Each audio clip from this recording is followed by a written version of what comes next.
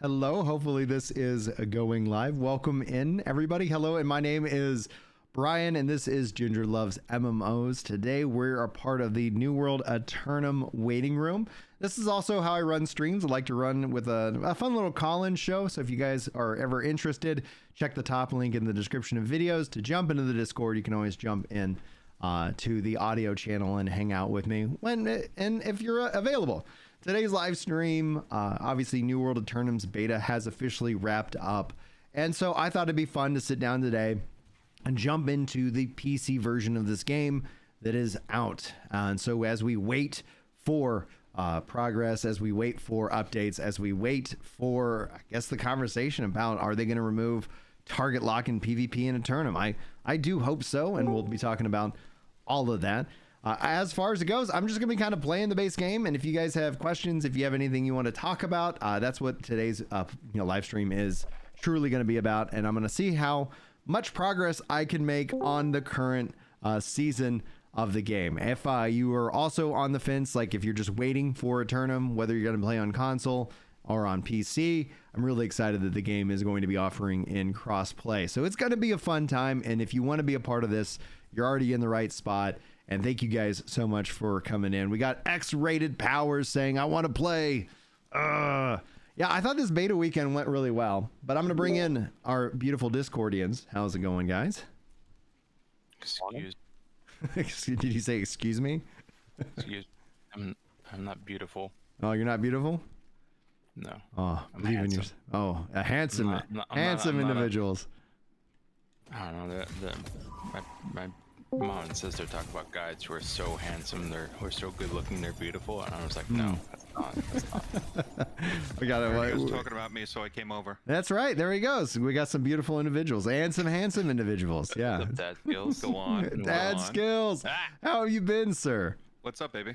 Oh man, dude. Life is up. Everything's going and rolling and going, man. Can it, yeah, you're killing it, man. You're absolutely killing it. I didn't mean to jump into. I'm hoping he didn't jump into a middle conversation. Just wanted to at least say, man, you're doing such a great job, dude. Thanks, really man. Proud of you. You're crushing it. You really are. I mean, I'm listening to these videos you're putting down, and man, I'm getting a little choked up. I'm getting New World info. Like, what are you doing to me, man? Like, dude, doing what? I've been doing this for a while. Don't play no, don't worry. Like my goodness. Yeah, I'm just as flawed as everybody. Stupid junk, you know. I mean, I want a New World and epics and stuff. It's like now you're making me feel things. Like what's happening? Making me feel things I didn't know I could feel. Over for the past year, I've been doing this. Like, and it's been at the end of the videos, and some people have really hated it. But like when I say some, it's like maybe 1%. Like, but prior to that, like I kept just feeling like, you know, just this phrase over and over again: "Be not afraid, be not afraid, be not afraid, be not afraid." What's up, Jay Oddity with the raid over on Twitch? Welcome in, everybody. We're talking about New World. We're talking about our men's mental health and so much more, and why we do what we do. But yeah, so that was the message that I kept receiving over and over again. And eventually I was like, all right, I'm gonna start doing this. I originally was calling it like class dismissed, where it's like, okay, what do you guys want to talk about? And then eventually it's like, unfortunately, this year alone, my wife, two of the guys that she went to high school with, self-deleted.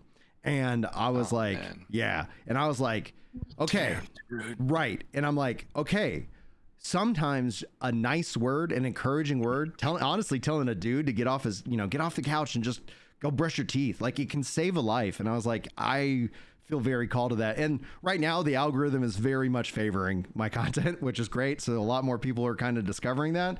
And I'm really actually blown away, overwhelmingly blown away by the love and support that people have shared. Because yes, there have been a few negative comments, but in my mind, if I lose somebody as a viewer because we're talking about, you know, something that I feel is very important, and I get to focus in on games, which I think is a really good thing for guys, but then we can also kind of talk about like, okay, but it's not the be all end all. So I'm glad you're getting some feels from the videos. Oh yeah, man. All right, let me see how I do a shout out on TikTok too. It's all these. I'll just say this. I'll let you do your thing. But it's all these things. Like I just saw something where it was like, this woman, she does a 12-hour shift, and she's like, am I gonna go home and go to sleep? Man, I just got done watching a video where the only time guys are gonna get flowers is you know, at their funeral. So she goes and buys them flowers. I was like, oh man, that's just like, you just realize like, you know, you're not supposed to talk about this, or it's not, but how many people, as you've seen, are like, yes, we need this. So good for So you, much. man. Well, yeah, and I need this too, right? Go ahead, Yammer. There's a TikTok video that I saw where it's like some young chick, she's like in her 20s, asks like, when you have a problem, who do you talk to? You know, what's the person you talk to? And a bunch of guys respond, it's just like, I don't talk to anyone because society doesn't care about my problems. And people will come back and say, but they do, they really do. And it's like, no, you open up, especially online, and you feel even more alone. And that's why I continue to like advise, like, get a good men's group, like get something in the real world, somebody who who actually will lean on you, because guys will like, that is something that we need. And I just don't think that's translated into the virtual world to a degree, because MMORPGs do offer a bit of that, you know, because like we're coming together, we're going to go beat this boss and this dragon, but it's kind of like drinking Diet Coke. It's not as good as the real thing. And eventually I think if you just like only consume one thing, then it's like ends up being a little bit of a struggle. Raven Wolf, thank you so much. I officially got a shout out for Jay, which is great. I was like, how do I do this? I'm so I'm so not good at the streaming thing, guys. But yeah, thank you, and welcome in, Raiders. Hopefully you guys are having a freaking good day over there. And if you guys are new, especially as a part of this massive raid that just happened, you can jump into the Discord server and you can come hang out, just like Dad Skills and Yammerin are here. So there's no requirement. You can come and just have fun. Rated Power says, what a wild talk about, but it's good for men who need this. Absolutely. I don't know if you guys have heard this, but the most dangerous thing to a man is his own hands, and it's the numbers and all the statistics are backing that thing up. So if you guys are struggling out there right now, that's you're not alone, and that's the whole key message. And I always kind of think about like, hopefully I'm not repeating myself too much, because there is a lot to talk about, but sometimes I'm like, I gotta just keep beating them up over the head that it's like, you know, you're okay, like you can be okay, you can put in the work. We're all suffering. We're all struggling right now. I think some of that stuff bears repeating too, right? Yeah, and that's the thing. You never know who's jumping in. Obviously, you know this better than I do, but it's like you get maybe one person heard it one day, maybe a different person heard it a different day. But if you wouldn't have pushed through the I'm just being repetitive, right? Because I mean, you're 100% right. And same thing actually goes with like how you teach people. It's like, you have to, like, if you're going to give a public speech, you want to tell people what you're going to tell them. You want to then tell them the thing, and then you want to summarize by what you just told them.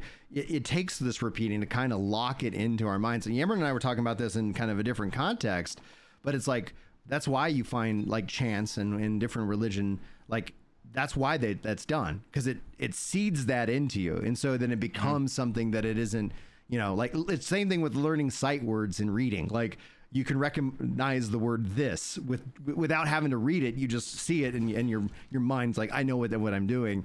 The same thing actually happens within our physical world, our bodies as well. That's why, like, you know, making physical signs or things like that are a way of kind of locking in that memory or in that skill. Muscle memory is key, especially like you'll hear me talk about muscle memory when it comes to playing on a controller.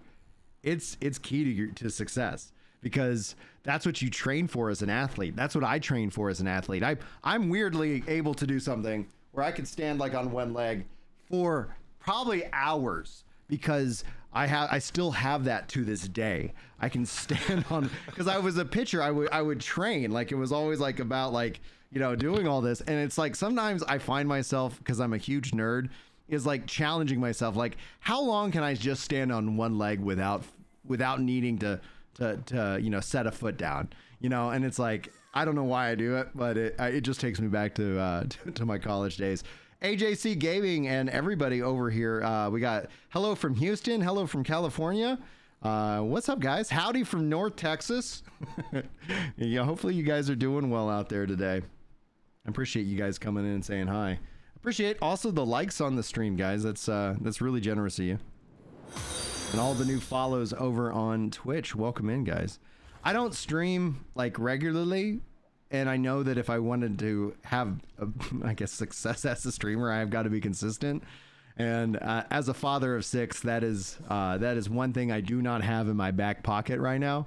But at some point, I talk about retirement, and you know, when the kids are grown, it's like, yeah, maybe we'll see that, guys. So buckle up for 20 more years of inconsistent streams and whatnot.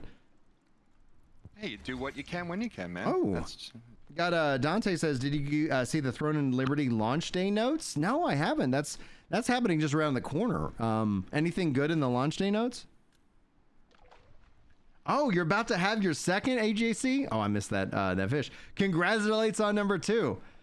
Congratulations on number 2. The maximum difficulty seems to be 4. After 4, it does not seem to get any harder. So if you were ever like, should we have more? It's like, yeah, I think you should. So what are you guys up to today? I'm just kind of fishing and catching some fish right now. I should probably look at my activity card. Catching fish, you just got a treasure chest. I did. I caught. That's. I was like outside of the treasure chest that I just caught. Let's see, season 5, which has been extended. I'm hearing that season 6 will be the launch of New World Aeternum, but then season 7 might be kicking off in December, and we're supposedly getting the roadmap at launch or around launch, and I want it sooner rather than later for this game, because it's like they need to tell me what's happening in that. Yeah, I agree, man. We talked about this, but it's like, I understand, like you mentioned, there was that long pause when they're like, well, we can't share anything, but it's like, okay, boys, now let's show me what you're doing, prove to me that this isn't a dead game and that it's someplace it's worthwhile to put my time into, you know? Exactly. Close major breaches. Let me see here. I might reroll my activities. Yeah, a lot of PC players are complaining that there's no real reason to come back. Well, outside of the raid, I agree. You know, and it's like outside of the raid, and if you're having fun with the game, but when you've got like, and most of these people, you know, and it's not knocking them, they're not telling you something that's false. When they have 3,000 hours in the game, and all you're offering them is kind of a raid. Like, man, like how many times are you really going to do the raid? How many times are you really going to just like throw yourself into that? Especially if it's the hardest content that there is. You got to know like what's next. The reason why you would do the raid is that by doing the raid, that investment will pay off at some point in the future, and it's that future that everybody's just looking at and wondering, okay, well, what happens next? And I don't expect we're going to get a raid like every update, but if we get into this kind of thing where they put out a raid every year, like kind of like how Destiny manages it, where they would put out a raid with every expansion, then I think that essentially that becomes something you can look forward to. But what covers that gap? E-Rock says progress is not reset from the base game. Progress from the open beta this past weekend will be reset, and that is correct. My progress, my level cap character, my gear, my stuff will all carry forward into New World Aeternum, but anybody who was playing the beta will have to, they do not have that access. So hopefully that helps make some sense. What do I need to do? Is there any... Brian, but to your point with the, adding content and the raid, like, I mean, I played WoW for a million years, and it's like, okay, I'm going to go to the raid, and yes, there's you can argue, I want to do it for the fun of it or the experience, or maybe there's some lore in there or whatever, right? Okay, yeah, cool. Right. But like a lot of people are doing it to get new gear, but if you're doing it to get new gear for what? So you can do the raid a little better, a little faster. If there's nothing sort of beyond that, where it's not helping you in some other aspect of the game, it's like, all right, why am I doing that? Right. You know? Exactly. So those are the questions that I have lingering, and it's like, it's like we talked about in yesterday's video, talking about like where's all this optimism coming from? It's like, I love the game, I want it to succeed. That doesn't mean that I'm like rooting for it to fail, but their marketing has been for the veterans. Like, I get it from the new players. A new player coming in hasn't been lied to, right? Like they actually get to come in and have the best experience possible.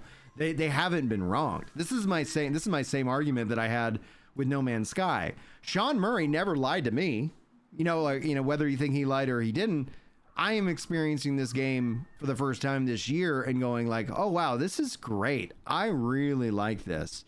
Yeah. Wow, good job, Sean Murray. And yes, people who were excited and feel betrayed, I can't, I will never relate to that. So the New World new player coming in this this October is going to have, like, I think a really good experience, but the veteran is still needing that honestly, that I would say the best way to have an apology to veteran players is by putting in the work and delivering really good content and having a roadmap that goes beyond 6 months and being honest with the players, because they should have just been, guys, 2024 after the expansion, we're focusing in on what we feel is going to be the best thing for the game and the players. And that means we're going to have to focus this next year on doing that. So we're going to see less content than we normally do.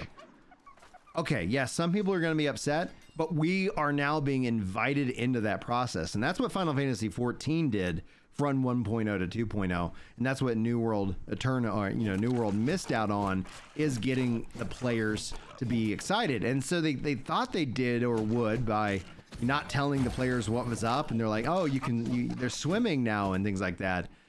But swimming isn't content. I think they did something even worse, right? They did a cock tease, basically. Yeah.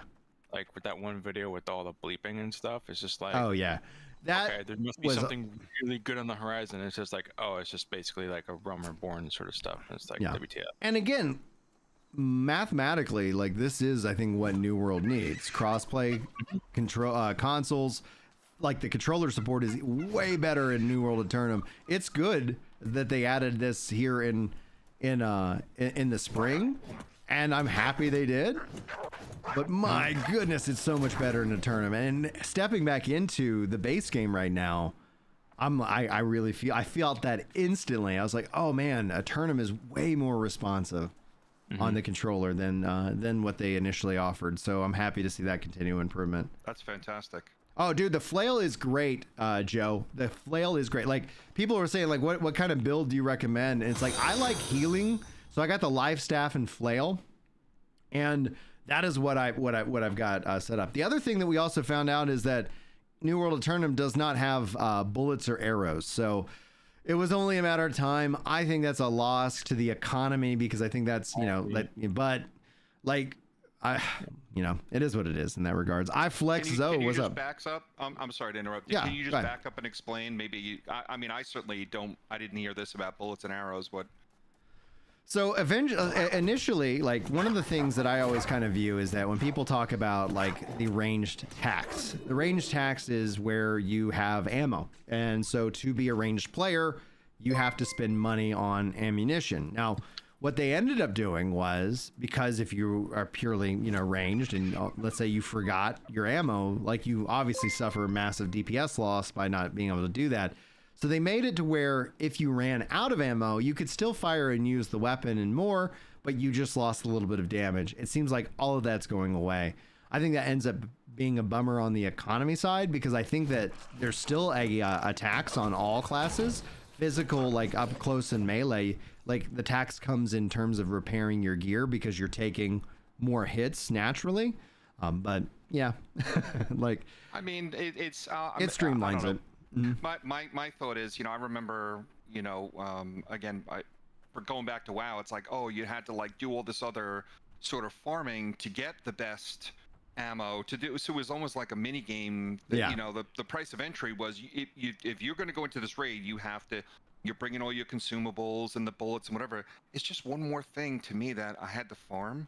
And it's like, you had to farm, or you had to engage in the economy, because, like, when 14 1.0 had ammo, and what I ended up doing was I made all of my in-game money by just making ammo, because there was, like, that has a demand. So instead of going and farming, someone was like, but that means that you do need to be making money, aka ammo is a tax. And I thought the change where, like, you could at least still fire, you just lost, a little bit of damage, was a fine change. But it honestly, like, the way that it's going, I was like, yeah, it seems like it is following kind of, there's a reason why WoW did that. There's a reason why these games did that.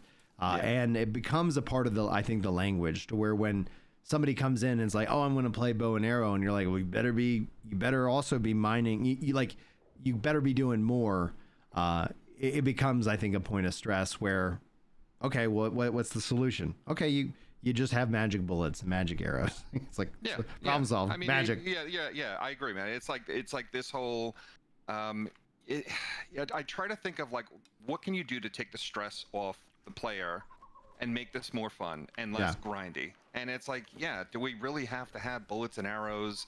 And that sort of, I don't want to be dismissive and say minutia, right? Obviously, you've had your history where hey, I made money off this, and maybe you got a soft spot in like that little. I'm the craftsman, and I'm gonna make that stuff, and I'm helping out my team or whatever. That's all legit, and that's all cool. But it's like I think about for the normal player, like like me, man. It's like I'll be 50 this year. It's like I'm gonna get a new world. It's like let's go, baby. Like ain't nobody got time like making arrows, and it's like the casual player has no time for that.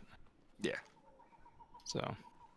And I mean, are there a lot of hardcore players in like I don't know what people think that are really playing this game? Are they? Oh no, I want to be able to make arrows. I mean, I don't know, but it seems like a pretty casual MMO. It's not like a super sweaty. You really gotta grind and do all this other stuff. So it's like I feel like that change sort of leans into what. At least I perceive where they're going as far as the identity. Yeah, Chris Black says I think they're taking a lot of steps in the right direction. I do agree with that. But it is still going to like I have to segment my critique of the game as a veteran versus like as a new player, because like I think new players are going to get so much value out of the game. There's a bunch of content, there's a bunch of things to do, there's lots of things to grind and level up on, so it's like there's some exciting stuff to be had. Veteran players are the ones that they need. This was good. This will actually benefit the veterans, assuming that they then follow it up and do more after the fact, so it's like if they don't follow it up with a really good protection ward tier 1. Okay. Oh, we're capturing it. Good. If they don't follow this up with the with content, then the game's gonna keep suffering, and that's gonna suck. It's gonna like that. There's no other way about it. The way you get that is with content, and so hopefully. I guess we would be calling this launch season 6. Hopefully season 7 comes in strong and is exciting to see with new, like if they follow it up with a new dungeon, that will be exciting for everybody to kind of participate in, and for the new players who are coming in who maybe not even at level cap by the time season 7 drops. They're like, wait, they added another dungeon? Like that in and of itself, I think helps get people excited, but that's just where I fall.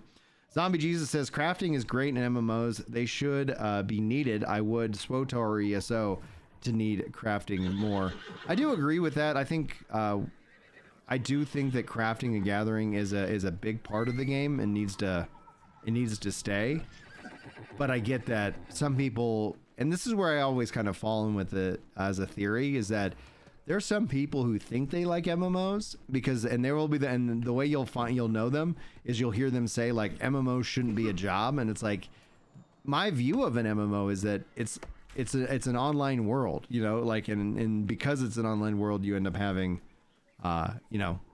things that you need to do in order to be top tier efficient, but little work. I get your point. Little bit of taste. Little something, because there are other games that don't have to worry about that. There's other games like if you want more of that streamlined experience, well, that's where matchmaking comes in. That's where Diablo comes in. I mean, and not to say like just go play another game. I think that's where ideally you could see these games offering, hopefully, a bunch of different ways of having that fun. So it's like if you want to play the economy game, there could end up being a big benefit for you for doing that.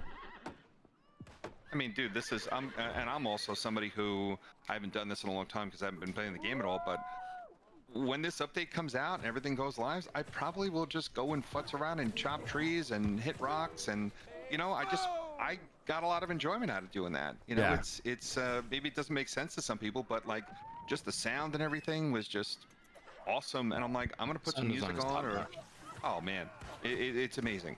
And it's like, you go and tink, tink, tink out in the wild and, put on, watch something on another monitor or a podcast or music or something. It's just a, minor part of the game, but I just really dug that. Agreed. Mm-hmm. Got some guys in here. give some support.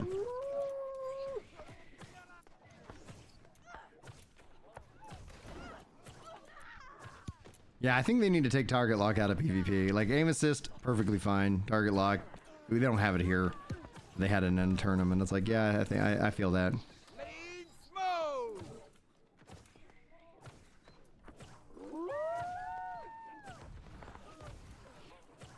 Can you build a PvE 4-stat build with int, con, dex, and strength? It can be done, but it's not very efficient. I mean, in terms of like, not necessarily not meta, but so every 50 attribute points, it's like you get a special perk basically for that that stat. Woohoo! So I like healing in this game. yeah, I mean it could work in con, dex, and strength, but it would just be difficult. Yeah. It seems like you're splitting things up a bit much, but hey. Yeah, I mean, it's basically something like some sort of, I don't know, like fire staff, greatsword sort of thing. Mm-hmm. But you would basically have to carry it down to like intelligence, constitution, and dexterity, or like Yeah. in con and strength, something like that. Int, have to get con, rid of and one. strength, baby.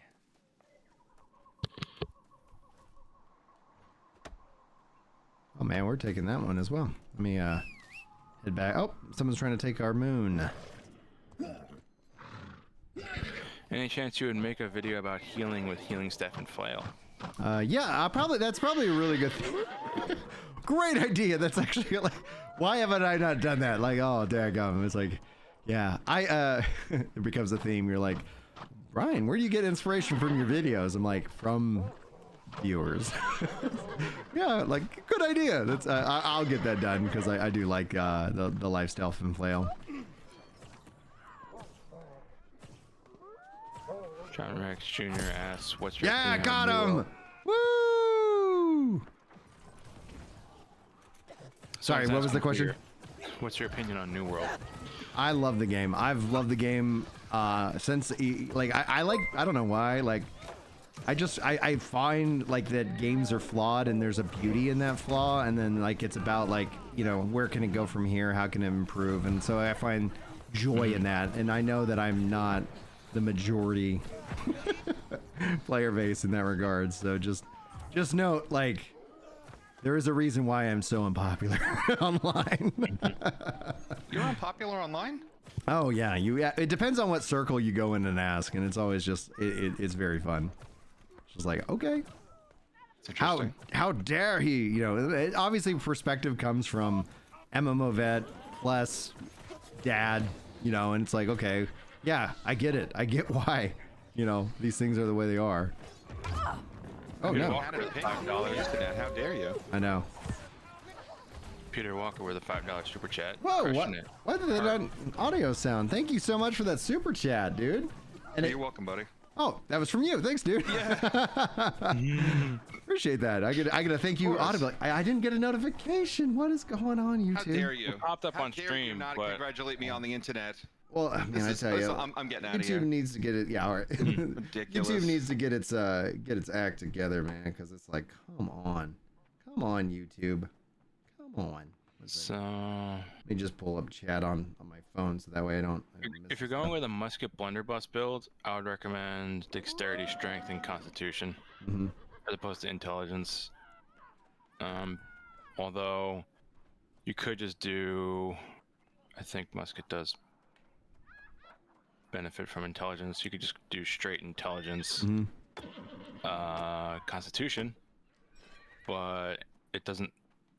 Both of those scale less with Intelligence than with Strength or Dexterity. So you could do Intelligence, Constitution as like a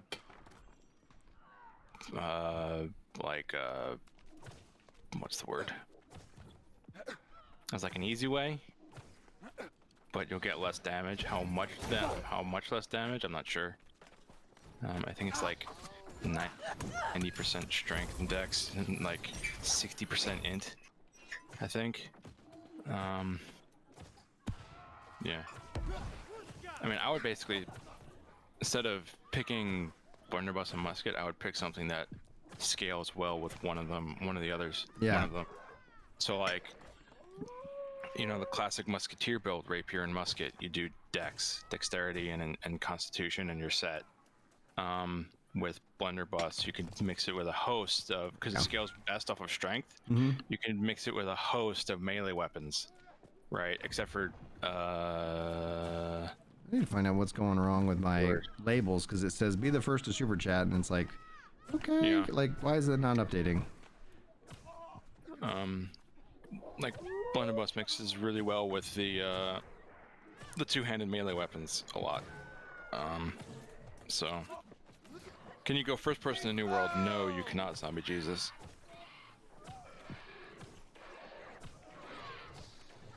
Got him. There we go.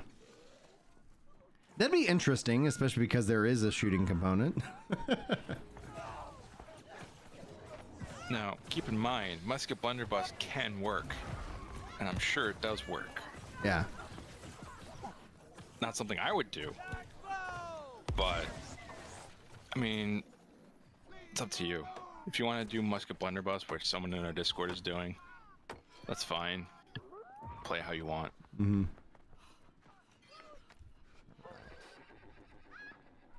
Yeah, I always default to play the way you want to play, man. There will always be efficiencies that, you know. When I was leveling, I was doing what's it called, Warhammer. Yeah. Musket, right? Right. So I was splitting my stats. Warhammer's really fun too. Warhammer is good. Dude, Warhammer's fun, yeah. Just to knock people over. I was just like, yeah. So what's the waiting room? This is the waiting room. This is the waiting room. This is where we wait for the game to update. Yeah. Repair structure. Oh man, is today the day? No. All right, victory. Ba ba bum bum bow. That was a steamroll. Oh, it's because I was here. Where did I rank? Let's see here. Bottom. I hope not. Rankings. Oh yeah, I still can't tab over. Number 10. Nice. Yeah. Decent score. I got 1 player kill, NPC kill, no deaths, 28 assists, baby. Got a lot of resources. Ha. I like Outpost Rush. Like, you know, this is fun. All right, X-Rated just joined in the Discord. Discord is invite for, like, it's open for all. It's free. You do not have to do anything other than just join. And generally, the rules are just be respectful. I cultivate, I believe, a following of people of all walks of life, which is what I want, because I don't know everything, and I like to always get other opinions. But sometimes that does, you know, their tensions can always kind of flail up. So, like, you know, always just be respectful. Like, it's, you know, it's perfectly fine. I think we've lost the art of how to disagree with one another, and I hope to, or at least be a part of maybe bringing that back at some point. Arg! No, I did all that, and no, like nothing I can mark out. All right, let's find some things I can mark out so I can get a new card here. Or maybe I just get a new card anyway. We'll see. I'm almost level 35.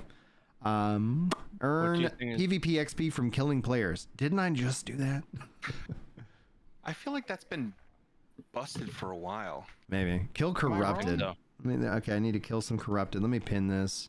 Let me just find the things that I think I can do so I can... I'm not going to do a mutated. Complete 2-town project. Don't need that. So I need swords, leaves, get kills with the void gauntlet. Kind of a company is 100 players, I think. Yeah, they need to fix Ali that. asks, what do you think is the best way to recruit people for an October 15th company? Trying to get a chilled out, anti-sweaty company going, but struggling to find players outside the official Discord. Woo! We're an anti-sweat company, just as a heads up.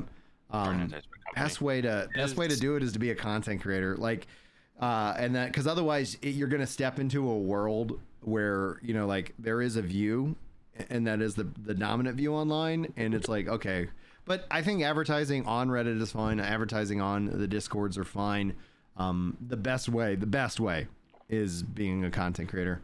What's up, sir? Netcap, thank you so much for putting out that Discord command. That should return the link. If it doesn't, let me know. And thank you guys for the 31 likes over here.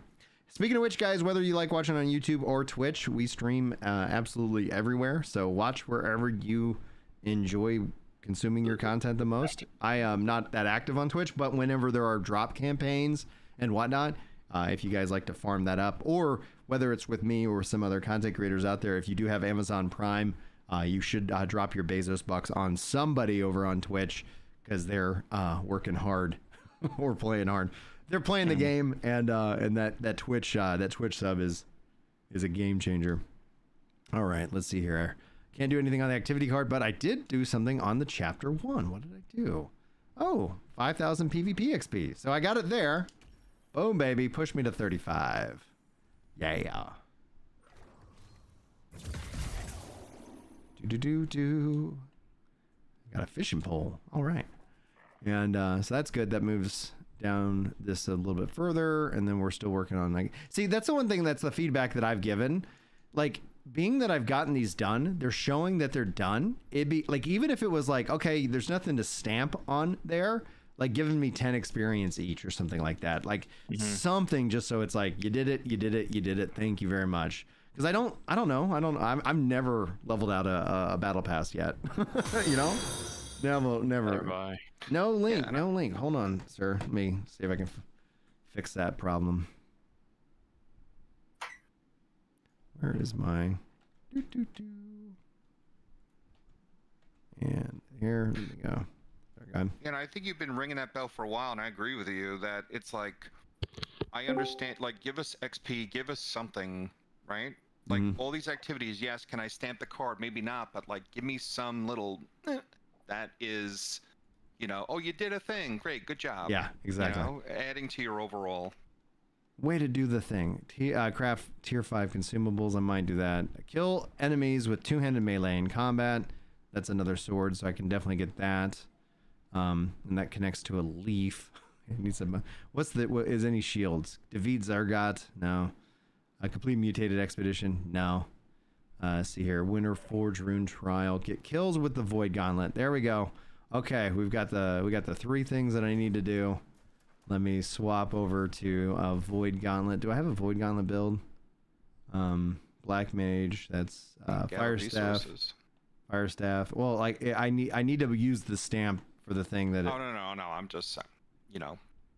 I have a Void Gauntlet. That's another example. Like, oh, if you just got to 500, oh, you get 10 season XP. I don't know. Like you said, you know. Yeah, exactly. Something similar. Something. All right. I'm gonna go with my Black Mage. Why is it struggling when I do that hover? All right. And then let me see, do I have a Void Gauntlet in my inventory? I got a ton of stuff I need to get rid of. It's going to be so much easier because again, like on Aeternum, I can press Y and just break down, equip, etc. I guess I should probably just search for Void. Make my life easy. Yeah, the gear sets are loadouts. Yeah, except for they don't affect a Void Wall, and that doesn't help. What? They don't affect your stats, so you have to still do your stats independently. Right. Okay. Unequipped an Ankh artifact and it disappeared. Is that a thing? Hey, how y'all doing? Hey, what's up, dude? Good, man. Here we go. Yeah, what's up? Figured I'd jump in here and say hello. Welcome in, sir. All right, let's see. Is this New World, like on the PC, or? Yeah, this is New World on the PC. Yeah. Oh, okay. It has not yet come to console yet. 15th of October. I don't have a PC, so I can't afford it, so I just. Dude, are you picking it up on console when it releases next month? Yeah, I just pre-ordered it. Hell yeah! PlayStation or Xbox? Xbox. Cool, dude. I'm picking it up on Xbox as well. I figured my that's gonna be my my second copy is gonna be just kind of like for my storied playthrough, where it's like I can kind of just chill, enjoy the story. I'm probably not gonna mainline it. But then my thought was like, well, if my wife wants to, you know, join me and we want to play and do some dungeons, then there's a character leveled up for her, etc. Because she likes playing, but she's, you know, obviously, like we talked about earlier with like, she's not looking for a job, you know. Yeah. She's like, all right, I'm you can trying go to play get my games. wife Shame to you play can't, it, but you can't have your account. I mean, even if they charge you, for the game itself on another platform, Yeah. it would be nice if you could just, I guess maybe in the future. Yeah, are we maybe. gonna be able to play with PC players? Yes, and, sir. and stuff like that. Or, all right, cool, Yes, sir. cool. So It is crossplay. It is the only thing is like I was bummed. I was like, man, I'd buy a copy on my Xbox and PlayStation if it had cross progression. It's like, yeah, sometimes I just want to sit and chill and play. Oh yeah. Stupid question. What's cross progression? I don't know. So what that cross is. progression means, so in Final Fantasy 14, let's say you started on PlayStation, because that's what it originally was, and eventually came to Xbox. But you're like, you just log in with your account on Xbox, and your character from your PlayStation's there. Like you're not having, and you don't have to do anything. You don't have to transfer. And actually, I'm playing on GeForce Now Wild. I do most of my gaming. That's actually one of the questions that I have, and I've asked. I haven't got a commitment. I do think it will happen. But Throne of Liberty, I'm like, if it comes to GeForce Now, I will absolutely put a lot of time into it, because GeForce Now gives me that flexibility as a parent, to where I can be like, all right, cool, yeah, kids are downstairs on the Roblox. It's like, okay, well, let me sit here. Let me sit here on my handheld and play this game. Rogue has a question. Yes. I wanted to know I wanted to ask your opinion on Throne of Liberty's business model. Am I limited as a free-to-play player? I can't seem to get a straight answer on the subject. I do not think so, because as a free-to-play player, you can actually earn the premium currency from the market. You just get stuff and you sell it on the market that's market eligible, and you will actually then get paid the free currency, the premium currency, and then you could use that to engage with the other things that the game has to offer. So I think that's an interesting business model. We'll see if it works out for them. No matter what, people are going to be mad because it has player trade, and player trade means there's going to be bots. There's going to be all kinds of challenges. That means free to play. Yeah, and also free to play. So it's like means more bots. So. More bots, yeah, because like there's not a tax on the bots. Like, people are like, oh, bots. It's like bots are a problem. If you have a game with trade, you have a game that has bots, and it's gonna have a bot problem. And if you have an online game, you have a problem with bots. Well, player trade is the reason why you bot. I mean, like for the most part, like that is the reason why people spend that money and time and do that. Ooh, I'm gonna do this one. Are you talking about real money stuff, or just RMT? RMT, yeah. Yeah, all right. I just want to be sure. Yeah, RuneScape had the biggest issue with that too. They still do. Like they even at one point they took out free trade or whatever. Yeah. Way back when. I don't know if y'all ever played that, but yeah, like they took out trades for that. Yeah, I've been playing for I did play for 20 years, but roughly. So. Yeah. That's the solution, and I think it hurts the MMO when they do that. Yeah, I think it does. Yeah. Yeah, because it's like I'd rather just all right, guys. If you don't like it, that's fine. But it's one of the things that defines the genre, as opposed to let's just it's like because the trade was meant to be there, and then people abuse it. So. Well, and that's human nature, right? Like gamers will especially optimize the fun out of anything. So it's like, yeah. Is what it is, I think. That's really where it all gets summed up. It is what it is. Yeah, 100%. Let's see here. Very nice. Kanye wants you to jump. I want to see the old animations. Oh, you're right. The old animations is not good. I got dual wields in there now. Dual wield. Let's see here. What do we got? No, not dual wield. Oh, I thought you meant. Okay, my bad. I'm trying to get my wife into this game, man. But yeah, being that it's on console be good. It is. Does she like these kind of games, or is that just kind of a passive hobby? The first game I got her into was Elder Scrolls Online, and she loved being a healer. And I told her there's healers in this game, so she might want to play it. I don't know. I like how healing works in this game. I find it to be enjoyable. I've not done it. I don't know if you need.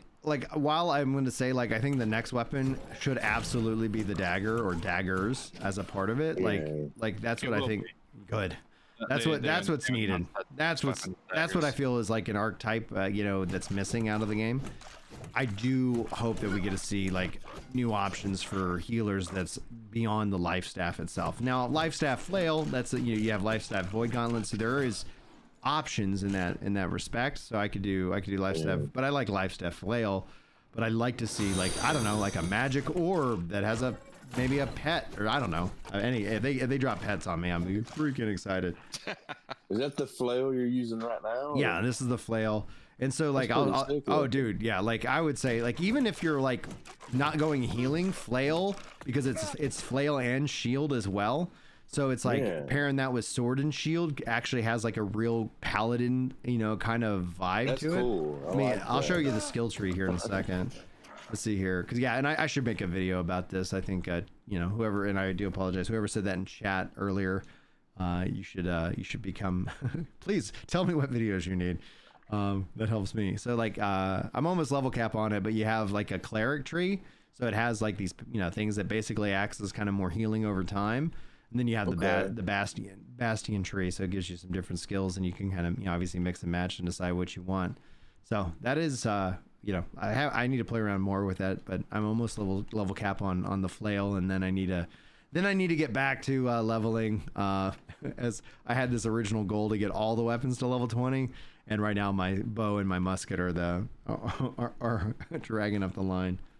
So 20 is the max level for your weapons? Yes, and that's why in my last video I've advocated that we need player aptitude levels, and we need weapon aptitude levels, which the aptitudes are all about the trade. So the trade goes up to 250, and then you enter into this additional leveling kind of process that just rewards you for continuing to use those skills.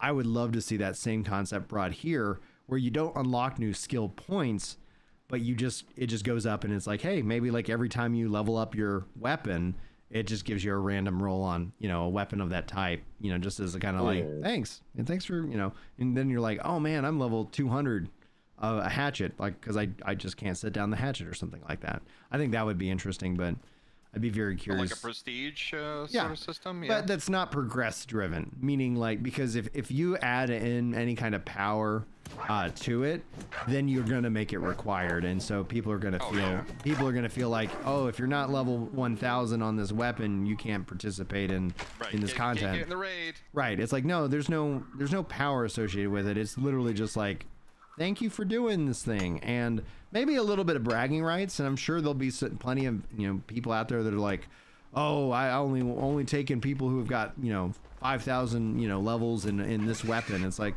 all right, man, you're limiting your reach, because that doesn't necessarily mean time doesn't necessarily translate 1-to-1 to skill. It does help, but yeah.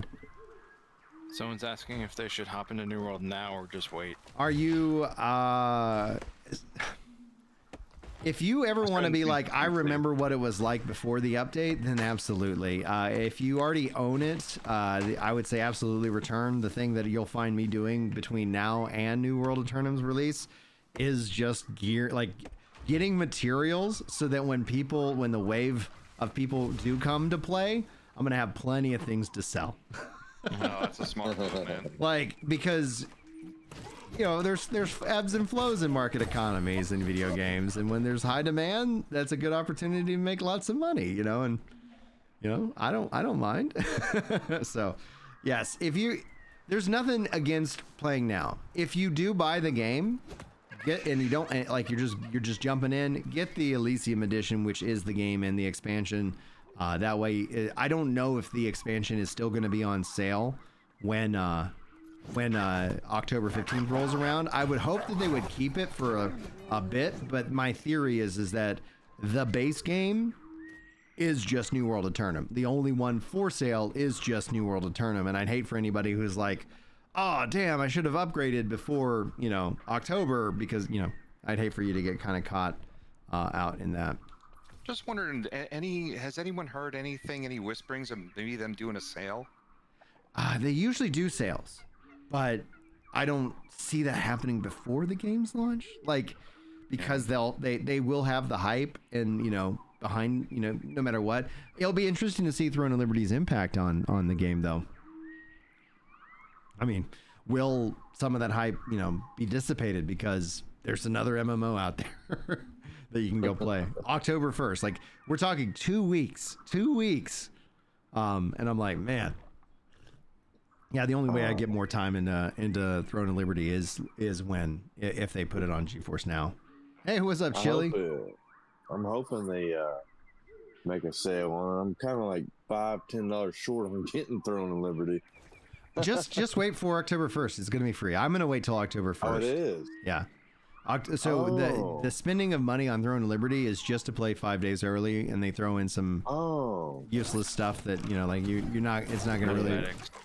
And so I didn't know that. Yeah. So it's absolutely free. I actually got a video probably coming out either at the end of this week or early next. It's like the 7 reasons to play Throne of Liberty and 3 to avoid. Kind of sticking with that. I've been doing that theme for like a while for different games, like 7 and 3, and I don't know why, but it's a fun little format. Okay. Well, I didn't. Yeah, thanks for telling me that. I was about to. Yeah, save your money. Save your money. Like, yeah. And then that way you can test it out. Like even as a content creator, I was like, yeah, I could spend the $40 and and I could play the 5 days early. But I'm like, I have enough on my plate that it's like I'll just save the $40 because I'm going. And because also I generally with free to play games, I try to play them to see if they are free, like when is the game going to put that pressure on me, and then that way I can communicate to that, because that's generally the question, right? Some free to play games, like they're just like, man, this is a great game, and then I feel like, you know what, I will give you some money because I have enjoyed your game this far and you haven't asked me for anything. And some free to play games are like, oh, if you would like to at all progress, pony up. Yeah. So they're gonna have a members option, or what's a members option? Like, I don't know. RuneScape has that. I figured it was gonna be something like that. Oh, but like an optional subscription option? Yeah. I don't know if they're gonna do that or not. I think there is, but I don't know what you get for it. Man. So I mean, because I'm fairly new to MMOs and RPGs. The only one I ever played was ESO. For like the most time, and I'm really trying to get more into them because like I used to play shooter games and stuff like that, and I just can't play it calmly anymore.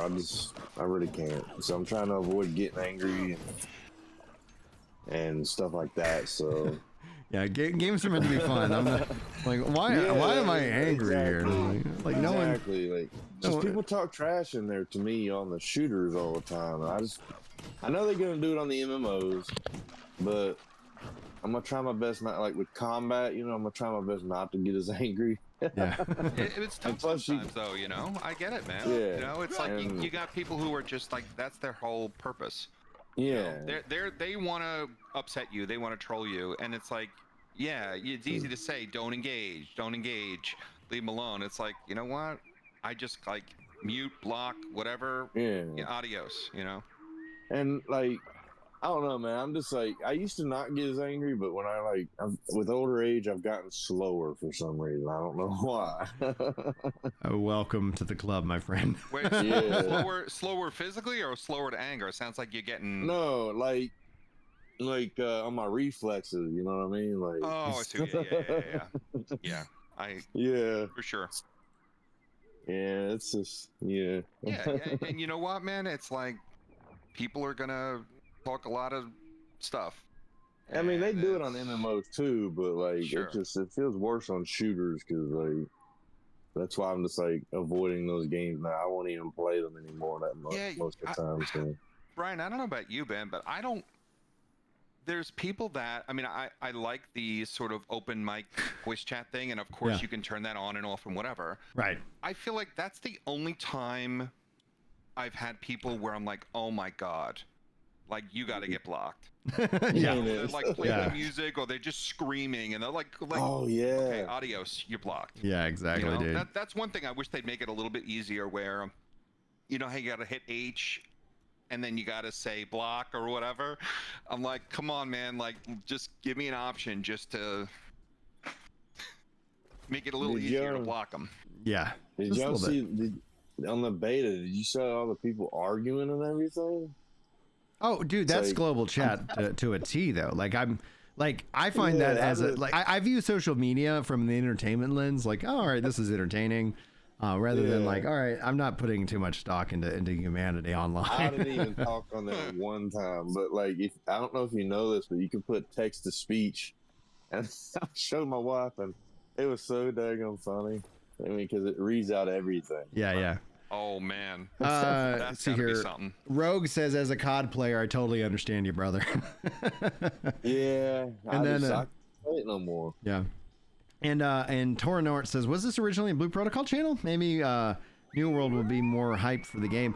Now, the Blue Protocol channel was Blue Protocol Central. I've rebranded that based off of the collapse of that game to Ginger Loves Anime, and I was planning on doing that after the game released anyway, because generally, like, you have seasons of hype and, you know, seasons of just like grinding it out, and I'm like, all right, like, yeah, I'll talk about other MMOs or other, you know, anime, you know, kind of spotlight games because I like it, and that's just generally going to be the theme. Here you're going to get more of the MMO theme, and so this was originally, like, when it all kicked off, was New World Central, and all that is just like algorithm, you know, hacking in a way. Like, all right, someone's looking for New World stuff. Okay, what do they look for? And so then I changed the channel name to kind of go in more in line with the, you know, the main channel, which is Ginger Prime. And so the main channel's main focus right now is action RPGs and Souls-likes, because I've recently discovered my love of those games, and especially Souls-likes coming into play. I'm like, wow, this is really great. And so that's what I kind of just theme out my content, because when you hit the subscribe button, you might not like content from like category A or category B, and that's fair. And so, but I still kind of want to talk about it. And I'm like, all right, I don't want to have to become one of these guys who has to like make everything seem like you have to click on it or the world's gonna end. You know, like the clickbait. Yeah, that wears me out like nothing else. And I, like, you know, I'm like, all right, cool. Like, all right, so how do I not become that? And it's like, hey, one way is my kids are going to eat regardless of whether you watch my content or not. You know, it's like, that is not the be all end all for me. And then the second way is that, you know, like, I think of this as a hobby. This is just a fun thing to do. And then it kind of has that mission, you know, to like sit down and say like, yeah, we're going to talk about the real stuff and hopefully help make make your day better. Let's get him. There we go. I'd like to. Like, I want to get a job, but I'm disabled, so like all I do is game. You know. Oh, gaming's fun, dude. Yeah, especially like if you got the, you know, got the disability, man. Like, yeah. Yeah. I mean, it is what it is. That's where gaming is important, though. You know, like I would say, because like especially like in mental acuteness, it's been shown, especially like, you know, in the retired community, to improve, you know, like brain function and stuff. It's like, yeah, like I get it. Yeah, sometimes I wish I could change it, you know, but like gaming is so fun, you know, to me. Yeah, dude. Yeah, I love it. My dad don't like me doing it. But, I think that might be a generational thing, because my dad stopped playing games when they went 3D. He's never played it at all. I mean, but he's not in my life, so. I'm sorry to hear that, buddy. My grandfather like abandoned my mom, and it's like I don't know what that's like firsthand, but I see the cost. Like to this day, like that's where people are like hating on Forspoken. Like I liked Forspoken. I thought it was a fun game. I gave it basically I review my games based off of the like what cost to value as opposed to like some arbitrary score. And so for the game, I was like, I think it's a great $40 game. I think at $40, I'm having a good time with it, and maybe you will too. But for me, I think when I played through like her story, I was like, I really saw a lot of some of the struggles that I've seen my mom have, you know. And it's like, okay, yeah, like she feels abandoned, and in the story, like you learn, there's a reason, you know. But it still sucks, right? And you still have to process that, and you're like, okay, so. What I like about games is story modes and stuff like that. You can learn a lot of cool stories and stuff, you know. So. What's this game mode you're playing though? This is Outpost Rush. This is the level. I'm trying to cast it. There we go. This is the level capped like PvP endgame piece of content. Oh, this is PvP. Okay. Yeah. Yeah. So I got a little distracted with something over here.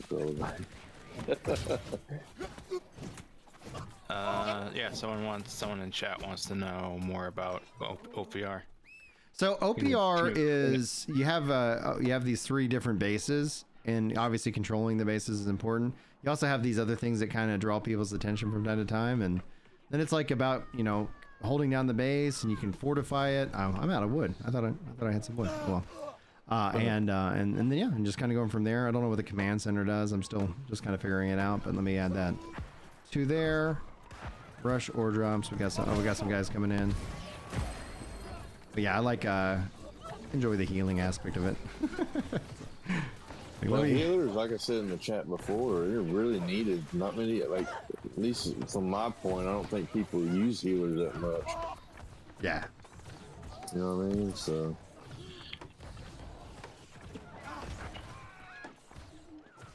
I can pass through and do some healing as I pass through. Is it AOE healing or yeah, what? I do a lot more like AOE and hot healing because everybody also has their you know, potions that they can heal themselves with. So it's like when it's all said and done, oh, I pissed off this guy. So they don't have like dot healing or whatever? They do. Or whatever it's called. Like I can't remember what it's called, but I think it's called dot healing. Yeah.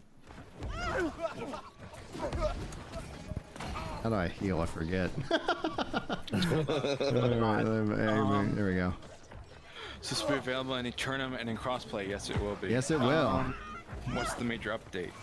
The major update is the Aeternum update, which is basically bringing the game to consoles, DirectX 12 support, lots of bug fixes, lots of improvements in the quality, adding in a raid. I think essentially for anybody who has never played this game, this is going to be a great opportunity for them to enjoy the game. For anybody who has played the game, that's going to be the evaluation that you have to make, and we will find out. Oh, did they get me? Did they get me? I'm alive. I'm still alive. Uh-oh. Is that green stuff the heal? Yeah. Okay. Yeah, and then you'll see red markers and stuff like that. Now, will you be able to like change the colors? Like ooh, got a kill, baby. Sorry, what's up? Would you be able to change the colors of the AoEs like you could in ESO? Or? I don't know. I think they just recently added the colors because at 4 it was like it was all green. But I would say that's definitely feedback that if it's going to be something that benefits you from an accessibility perspective, let's get that feedback rolling into the devs because, yeah, color blindness. It's like, am I in red or am I green? I don't know. Yeah, what's up, Call Me TK? How you doing, bud?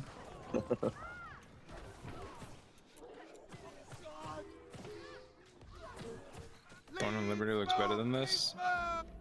Okay. Yeah. Throne of Liberty is a gorgeous game. Like, you know, and hopefully newer, though, too, I mean, in terms of gameplay, but it's tab target. So if you're looking for an action RPG, like you're not gonna necessarily get that fixed there. But not everybody is. Not everybody is. Darn it. What are your thoughts about Throne of Liberty releasing before New World on consoles? I played both. I think it's gonna have an impact on it. I don't think there's any which way, shape or form about it, guys. Like the fact is they're doing that. I think they probably hoped that wasn't gonna be the case. That they had a little bit more time, but 1 month. There's gonna be plenty of like there will be players who will come play New World. There will be players who play Throne of Liberty. There's in a way different audiences for both games. But that, like, I'm like, how much, I wonder how much of hype or whatever is going to come into play because they're going to market both games. You know, as I said, like, they reached out, like, I have a sponsored video from them set to roll out in October. And it's like, yeah, like, they will be doing lots of sponsorships. But, like, are they stepping on their toes? Like, I don't know. Well, it will be interesting to see. And that's where it's like beyond that, though. I think if it's true that I've seen rumors like that the next season is going to be right around December. So it could be that it's like they kind of get that hype. You get the fresh start servers, you get the marketing, and then it all kind of joins into you know, like, hey, we're going to be focusing on, you know, even more in December. I don't know. Can you explain what slotting is in reference to wars? Slotting? I'll be right back. I think it's in reference to mercenaries. In wars? I do not know. So, Can you play on a PC with a controller? Yes, you can actually do that right now as a part of the update. I tell you, the New World Aeternum update is hands down better on the controller. It is officially native controller support, but the Aeternum update, like, you feel it almost instantly. It is great.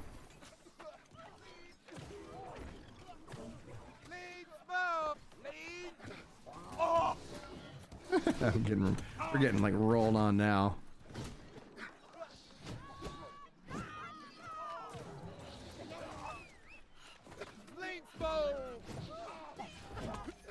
Try to put out some damage, see if we can get some kills. I mean, Amogus, I don't think we have your answer because we don't. No, I don't know what slotting in wars is. I actually have never done a war, and that's one of the things that they've talked about adding in mock wars, and I think that would help alleviate some anxiety, because the fact that I didn't get into the war scene early on in the game means that it's like, okay, like if I do up for a war, am I hurting the team? And so that's always, I do have a confidence issue with and why I haven't done wars to date, but maybe we'll get that, we'll change that up here in October, you know. Oh, somebody summoned a brute. Woohoo! Cannot summon while in combat. Okay. You need friends as governors and faction generals. Just some tube says. Thank you, sir. Hopefully that makes sense. Slotting is when you get picked for war. You're slotted or on the bench, basically. Yeah. Oh, okay. Oh, okay. That makes sense. War is a very closed-off scene. Yeah, it is. I mean, you need the money, you need the coin, and you need the people. And man, it's difficult to get that. So. Yeah, it's gonna be neat to see how the console board, console edition, like what that does to the scene itself. Hopefully we see them add the mock-in wars though, because I think if we were able to do mock wars where there isn't like so much on the line, that could be, people could find some enjoyment out of that. I would find enjoyment out of that, like being able to put myself into a queue for a war, and it's like, all right, we're gonna put all these people in Team A, Team B, war, because I've heard that the wars are by far some of the best content in the game. Yeah, I aim assist in PvP perfectly fine with. Lock on target, they need to delete that. Yeah. Territory trading is commonplace. Yeah. Oh, gosh. They're like, there, we got a healer. We gotta get him. Jordan, what's up, dude? Wars are less about gameplay and more about pre-war politics. Territory trading is commonplace. That makes sense. I mean, basically, anytime you have territory conquest in an MMO, there's always politics involved. BDO has the same issue. That also adds, I think, to kind of some of the fun. Like, if you don't want that, then that's why, again, if they added in mocks, like, then you can have people who enjoy the politic game, and then you can have some people who are like, I'm just here for the content. That would be a huge thing. There was so, like, I wonder what the odds, the percentages of people who are on different war, like who've done wars. I wonder what the percentage of it would be, because then it's like, oh, we've added in mock wars, and then all of a sudden it's like, oh, all this stuff that I haven't done, I can do now. Like, that would be that would be a very appealing, because I would venture to bet the amount of people who participate in wars isn't the majority of people.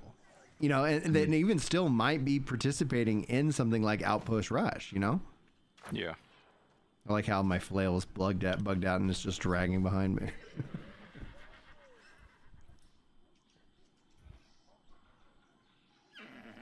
And thank you guys for the 46 likes over on YouTube, man. Appreciate that. And Jay again with that freaking massive raid right out the gate. Some really good numbers on Twitch. Did we get it? Did we get it? We got it. We got 2 spots. Finally. There we go.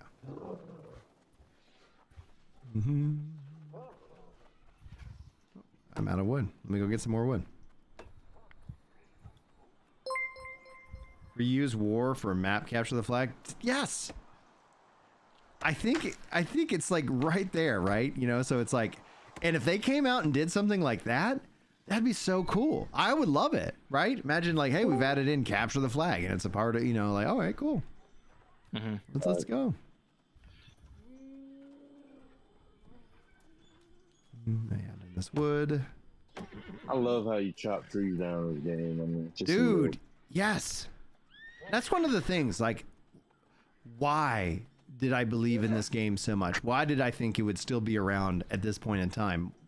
Was really like, when you go look at the biggest critiques, people were like, there's some really good things here. It's all the BS that we're tired of, right? And I'm like, that's fair. That is more than fair. But then you're like, but there's still redeeming qualities to be had. This isn't Concord, you know? There are, you know, like, this isn't, you know, like a game that is like, oh man, there are like, the fact is that people are putting thousands of hours into the game, especially early on, because people like to bring up the game's lost so much percentage of its population. Well, yeah, it had a huge population to begin with, and it actually held on to that population for a while. Like, it didn't just like day one, you know, leave. It was around there for a while. Of its player base, yeah, but like 99% of that player base wasn't going to stay around anyway. Well, even still, like when the argument was that they lost 90% of the player base, it's like, yeah, can I upgrade the trigger? There we go. Okay, cool. When they still lost those player numbers, it's that they didn't lose it all instantly. They actually held on and retained it. And I used just the idea of like, if you think of the game when it launched, that it had like 3 to 4 months of content, that's where you really see the population dip, because content is king. And all games lose population, right? And so then people use the fact that all games lose population to beat up on a game, which does cause population dip. It's the death spiral. And if you cheer that on, if you cheer on the death spiral, that's your choice. But don't tell me you're a fan of MMOs, because you don't understand the economics that keeps them running and gets you new MMOs. Like, it is beyond wild to me that Amazon is investing in MMOs. I cannot fathom it. They're chasing after, obviously, the 84%. They want to have that foot in the space. But goodness gracious, guys, like, if you were asking me, if you came to me and you're like, Brian, I got an investment opportunity, it's in an MMO. I'm like, no, I'm going to park my money elsewhere. So, oh man, they're just so risky. I can't fathom. Yeah, but they just lost the last 10% with this update. Kind of. Nah. But it's being picked up in console, but 2, there will be people coming back. You had over 30,000 people playing the beta. Was it 30,000? Over 30,000 playing the beta. 30... That's a beta. No progress carries forward. You know. That's crazy. And generally, like, people seem very positive about it, because the thing is that when you break up the new and the vet has absolutely the right, like, they have every reason to be frustrated. The vet has black-pilled on the game. Well, they have every right and you know, aspect to be frustrated. Like, that is, you know, where we are at. The new player, like, stepping in doesn't have thousands of hours, can easily invest thousands of hours in this game, and then there's no subscription fee. The game's not asking you for more money. And so you're like, oh man, I just pay my, like in this case, I guess a console, my $60, and here we go. Like, I mean, it's a hell of a value. Definitely. But Amazon does have plenty of money to do that. Not everybody else does. I just stumbled on this game by accident. Yeah. Ooh. I did. Like, it just popped up on my feed. I was like, I don't know what this is. And I clicked it, and I waited for the beta to release, and I started playing. I was like, this is fun. Yeah. That's the thing. Like when people's complaint is that it becomes less fun after you play so much, I'm like, it's actually, I think that's natural. I think that's exactly what happens with games. They become, at some point, you're like, I'm not having as much fun as I used to, and you scale back a little bit. You know? Everything. Yeah, exactly. I got to level 30 in the beta. I was told I probably shouldn't have done that. I did 25 because I just wanted my rewards. I mean, level 30 was the max that you could get in beta, but I mean, it's I don't know, to each his own. Yeah, I probably shouldn't have, but well. No, man. If you have fun, if you're having fun, you're doing it right. Like I'm not. I did, yeah. I was exploring mainly. Dude, yeah, and the world is gorgeous. Like it's like I love the open world. I want more in the open world though. Like one of the things, like they do have like the portals or whatever that you can go, the breaches you can go close. That's where the player aptitude level. That's where like Guild Wars 2 bonus experience would be like really cool. Where if like the longer the enemy has been alive, the more like they'll give you an additional hit of bonus experience. And you know, so like that was happening. I'm all for that. But yeah. Is there going to be a map expansion maybe in the future? Or? Yeah, there definitely is going to be new zones. Yeah. We like if we pull up the map in and of itself. The I don't want them to like. I'm fine that they did the Elysian Wilds where they basically repurposed a zone that really was like probably was their first zone they designed. And the thing you find is that as they design their zones, they get better and better because you end up having like zones like Evanscale Reach that you're just like, this is incredible.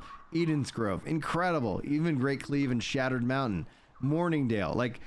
They just get better and better and better, and even Elysian Wilds is, I think, it's an incredibly well done zone, and then Brimstone Sands, and so that you see their talent getting better and better. So them redoing First Light to Elysian Wilds, all right, that's okay. Don't do that again, though. Don't do that again. Go in and add into the world, adding in more and more, and more and more areas. It'll be neat to see if they like. Go to the left or the right. Do we get ships added in now that we can swim? Things like that. It's going to be interesting to see. That's crazy. You couldn't swim in the game. I thought that was. Yeah, you cannot swim. You just walk in the water. You're just like, I'm just going to walk. Now, obviously. Sink like a stone. Sink like a stone. Sink like a stone. So, in the video that will go up hopefully today, kind of talk about, because somebody was like, why doesn't anybody talk about this in comparison to Final Fantasy 14? I'm like, whoa, hold my beer. Because one of the things that's interesting is that like people compare this to Final Fantasy 14 now. It has a very similar story. It took Final Fantasy 14 3 years to truly like come out with ARR, so that's a process. We're going into year 3 with New World parallel, right? Final Fantasy 14 didn't get swimming until like year 7 or 8. We get it in year 3. Okay. Like, it's like, I think if you compare games at the same, like where they were at this time frame, that's a fair conversation to have. But it's unfair to say New World doesn't have as many dungeons as World of Warcraft. Well, no, it doesn't have 20 years worth of dungeons. But maybe it will, I never played Final Fantasy or World of Warcraft. The downside that makes it difficult to recommend is that it does have a subscription fee. So being that you've just stepped into MMOs or these kind of RPGs for the first time, it asks a lot of you. Yeah. It asks a lot of you where it's like other games really aren't having that same kind of ask. And I think that's where it's going to be interesting to see games like Throne and Liberty and New World, because like visually, I enjoy, surprisingly so. I didn't think I was going to enjoy the aesthetics of New World. I enjoy the aesthetics of New World greatly. I think they ask a lot of you, but they deliver a lot. I mean, not that you're not saying that they do, but yeah, right. It's not a we just saw Plucky Squire just got released. Okay, it's a cute game. It's, I don't know, let's just say for the sake of argument, a 10-hour experience. Okay, adios, right? Yeah, exactly. Now, so, you can jump in and jump out, but MMOs, there's so, especially like New World, right? I mean, and I played Final Fantasy, I played WoW, I played a ton of these games. There's a lot of different systems in there that they have. Like, I mean, you're fishing right now. Yeah. Right. This is one of my favorite things to do. Yeah. Like, there's all these crafting things that you can do in gathering and so forth and so on. So it's like, yeah, I mean, I just to circle back for a second on the swimming thing, like, hey man, maybe this is me, but I could not possibly care less that we got swimming. I do not care that we got swimming. It was literally not like, I'm like, all right, and people were on my list. People were like, just tell me when they're swimming, and I'm like, I'm not judging you. Why? I find you curious. Like, I'm very like you are. I'm definitely judging them. I'm judging them. To me, it's shallow, right? It's just like it's this thing that doesn't really mess with. It does. It's this thing that doesn't. Has no bearing on the rest of the world. Yeah, I'm much more interested in the core gameplay loop and Like the environments and stuff like someone that in chat was versus- saying they need a cook on the end game. I'm like, yeah, they definitely need to step up the end game. Agreed. Like not a lot to do in the end game, Yeah. but The with regards to swimming, like if they bring in unique things that then connect to it, like hey, we now are able to swim, and we found this whole other area that we didn't know existed because we swam through this cave, and then we came out, and then it's like, oh, here's something that's or like what like BDO has when you yeah. have underwater gathering, right? Where it's like there are these resources that you can only get by diving. oh, and then essentially Right. like you want to make sure you have strong breath. So I wonder Right. is swimming a skill? I didn't even look at it, like because it I don't think so, no. mount is I a didn't skill. know this. Swimming would be an interesting skill to level to be like, oh, increase the amount of breath that you have because then you're gonna go do that gathering stuff. Like that would be something I could get behind.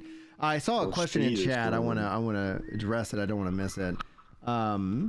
We're in this What happens together. when you die? Yeah, you so- just respawn. Yeah, you just respawn. The you have nothing, gear, nothing happens. gear damage. You don't drop items. You just have a repair bill. Yeah, just the I repair noticed bill. I know people can revive you too. Yep. I went, Yeah, people can revive you. And which is pretty neat. So. New Spin, what's up, dude? How you been, bud? Says I think Destiny is the most comparable in game in terms of content expectations. I think the combat style will make content come out slower. That's why I'm like, I think they're going to be on a yearly expansion model because that's kind of what they've been on. Let me just swap here. Great sword. I'm a They could fisher have with a underwater sword. Enemies? No. People do not like underwater combat. Like I hate underwater people combat. are like the best underwater combat is Guild Wars 2, and I hate it. even that's not good. I hate underwater What combat. was that because WoW it's not that- expansion? It was like, I don't know, a bunch ago, where it was like one of the starting zones was underwater and people like, ugh. Oh, Sure. Vashir. Yes. Yeah, And it everyone was like bailed out. it was okay. It was they did things to make it better, right? Mhm. They gave you an underwater mount. They Yep. made traversing underwater a lot faster. They made it sure. better.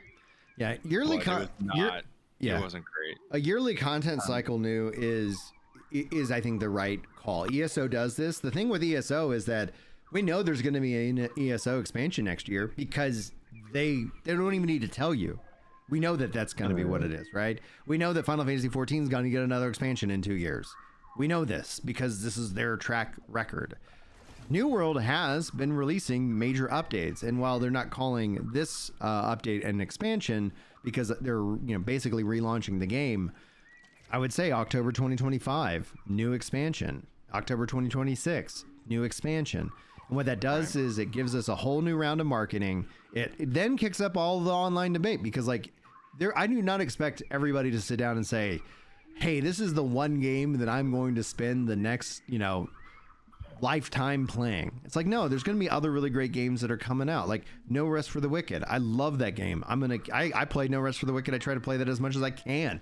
I love that game, and we're just waiting on more content. It's like, that's kind of the big thing. And like, I see it algorithmically when it comes down to the content that I make and the views that I get. Right now, New World's hot, which is awesome. I really appreciate y'all checking out the content. But also, like, yeah, No Rest for the Wicked's content's not that hot yet, but those seasons come and go. They ebb and flow. And I'm wondering at what point and how much time is needed before the doomer of New World gives up dooming, gives up the black pill and says, yeah, it's not my game, but tip of the hat for sticking with it. It is in a way a trial by fire for Amazon. And I think the reason why they should always stick with it and never give up on it is because if they really want Lord of the Rings to be a success, their next MMO, they have to, like, having that track record of, like, you know what, it got, there was a time where the population was really low and everybody was like, no, they're just going to quit on the game. They didn't quit on it. When times got hard, they got to work and they learned lessons along the way. And what I look at is, like, do they make the same mistakes or do they make new mistakes? A new mistake is something that I'm like, I can give them some grace. If they keep making the same mistake over and over again, that's where it's like, all right, And I don't know if anybody here is watching, but Farron just dropped a wave in game, so I don't know if they were watching the stream or whatnot. But hello, if you are. Hey, I got a question about fishing. Like, can you fish anywhere in the game, or is it just specific spots? Anywhere, but the game does have hot spots, so you'll see like there's like a little ripple in the water. It's not active because you don't see the fish jumping out of it. But yeah, there's fresh water, salt water. There's different baits. So if I just kind of pull up my bait list, I've got freshwater bait, I've got saltwater bait. So knowing the bait, there's also depths that help. Like, so you'll see like when I cast, it'll tell you basically the depth of the water that it landed in. And deep means that I have a better chance of getting, you know, bigger fish in this regards. Okay. Well, hello, folk. How are you doing? Yeah, I never got to do fishing. I didn't know how to do it. Oh yeah, you just got to equip a rod and reel, and you don't even need bait to fish, but it does help a lot. Like it reduces the amount of, like, if I was fishing without bait, like the amount of time my hook is gonna sit in the water greatly extended. So it's like, all right. A couple things, Brian. One, you're not doing fresh start, right? No. Yeah. No way. I did that once as a part of that marketing campaign that they did back in the day. I wasn't paid for that one, but I was invited to it, and I thought it was a good opportunity to take part, you know, as kind of somebody who's viewed as a community leader. Like, I don't view myself as that, but I don't know, maybe you ask 10 people, you get 10 different answers. But I had fun with it, but I told everybody during that period, I was like, I'm going to go back to where my community is, because I've committed multiple times. I tell you where I play, and it comes with the promise that I'm not going to transfer servers. The only way the server name changes is if we get merged in with another server. The reason is that if you ever choose to transfer to my server, that has either you're using your free token that you've had at some point, or you're spending money. And I'm not going to have you chase me around because I'm trying to chase, you know, being slotted into some piece of content or on, you know, some other streamer, you know, kind of aspect. So being that I have that invitation as a part of the community means I'll never leave you. So the server could have the lowest population possible, and I'll still be here doing my thing, because I don't want anybody to ever spend money to play video games with me. I think that is a bridge too far, you know? Right. What's it called? He's playing on PC with controller MPD.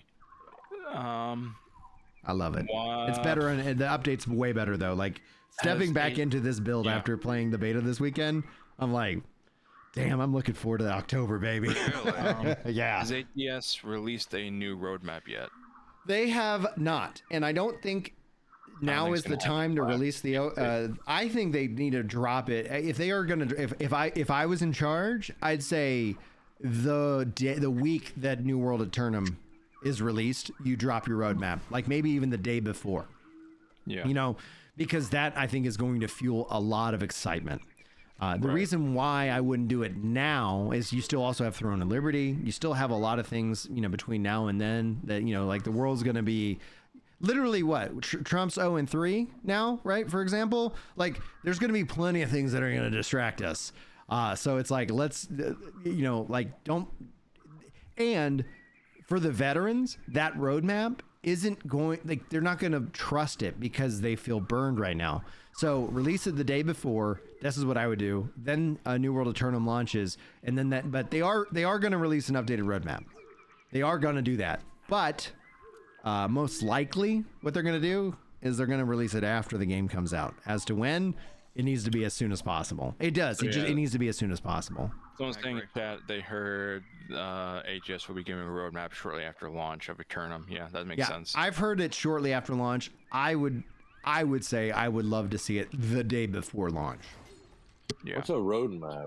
A roadmap is basically a way that developers build trust with their players. It's saying over the course of this period of time, we're going to try and deliver on all of these different promises. And sometimes, and when they knock it out of the park, trust is built. I don't think every game needs a roadmap. Final Fantasy 14, for example, doesn't need a roadmap because they deliver content on time and you know what you're getting. People, you know, that can be a frustration for some people, but it is what it is. New World, though, will benefit from it. And what I want them to do as a part of their roadmap is I don't even need the features or the content that they want to add. I want them to say, like, over the course of the next year, here's season 7, here's season 8, here's season 9, here's season 10, and season 10 is going to coincide with the next expansion. And then they say, and then yes, we're going to do, like, if they can commit to yearly expansions verbally, like, to me, to when anybody's saying like New World is a dead game, no, like they're going to shut it down, it's like, no, they keep doing what they say they're going to do. And I think their biggest mistake again was 2024 and not getting the community to buy in on that project. I think you would have lost some people. People would have been frustrated earlier on, but I think they would have actually earned more goodwill if they were just open and honest and direct with the community out the gate, as opposed to like, something big's coming and we're going to make the announcement at Summer Game Fest. It's like, that announcement was important. The hype and the excitement and the interest in it would still have been the same. But what you ended up having is a lot of veteran players watching that announcement, thinking it was for them, and it wasn't for them. And then the thing that should have been for them, the dev update, was also just a repeat of the announcement of Summer Games Fest. And it's like, all right. And so it took them another, like, a couple of days, if not a week, to sit down and say, hey, here's what we got going on. And you're like, all right, buddy. It's like, you're like, no, and so then I was like, and they just told us there's no reason to play over the summer. So I didn't play over the summer. I do love the game, but I also have other games I love, right? Like, we live in a great time, you know, especially if you're like, if you want video games, I don't know what better time to be alive is, right? Because everything is just at my fingertips. I have the only thing I don't have is the time to game. I have the money to game. I do not possess the time to game.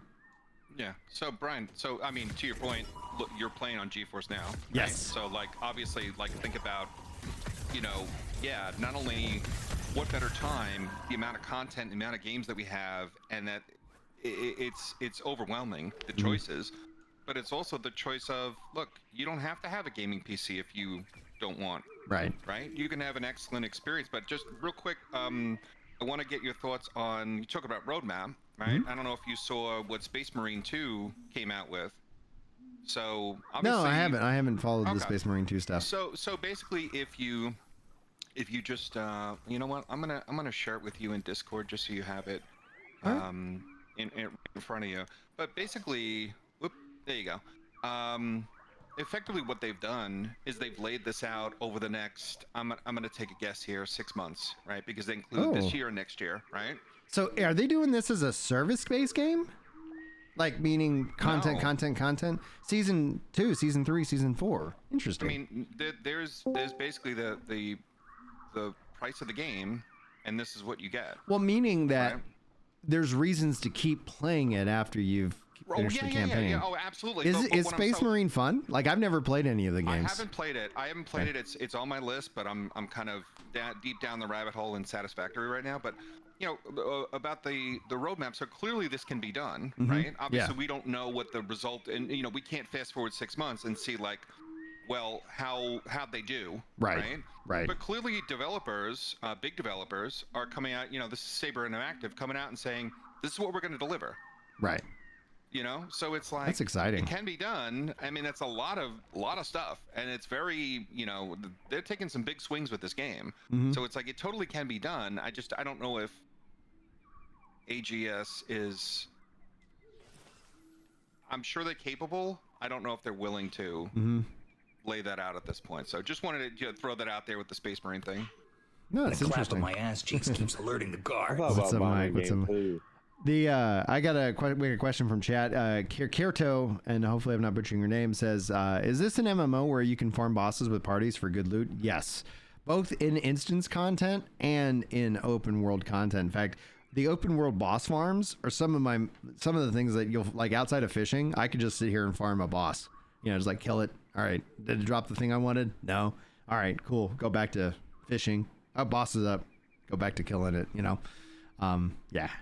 What do you think about target lock? Is it going to kill the game? I don't think it's going to kill the game, but I think it needs to be removed from PvP. And in the video that I made about it, because like I saw a bunch of comments on it today or the other day, is because I talk about it in today's video that should go up later today.